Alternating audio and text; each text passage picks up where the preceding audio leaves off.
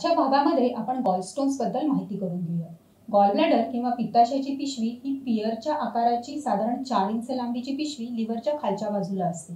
लिव्हरमध्ये जे काही पाचक तयार होतात ते या पिशवीमध्ये साठवले जातात आणि जेव्हा आपण अन्न खातो तेव्हा ही पिशवी कॉन्ट्रॅक्ट होते आणि त्यातले पाचक बाहेर आतड्यामध्ये फेकते।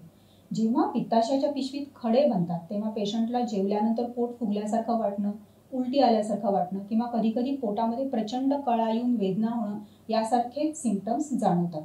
जेव्हा गॉलस्टोन्सचं डायग्नोसिस होतं तेव्हा डॉक्टरांकडे जाऊन लगेच ऑपरेशन करून पिशवी काढणं संयुक्तिक ठरतं, कारण गॉलस्टोन्सचे कॉम्प्लिकेशन्स हे लाईफ थ्रेटनिंग असू शकतात, जसं की पित्ताशयाच्या पिशवीत पू बनणं, एखादा खडा जर खाली जाऊन पाईपमध्ये अडकला तर काविळीचा अटॅक येणं, पिशवी फुटणं किंवा खडा जर पॅन्क्रियासच्या तोंडाशी अडकला तर पॅन्क्रियाटायटिसचा अटॅक येणं, हे सगळे कॉम्प्लिकेशन्स हे लाईफ थ्रेटनिंग असू शकतात।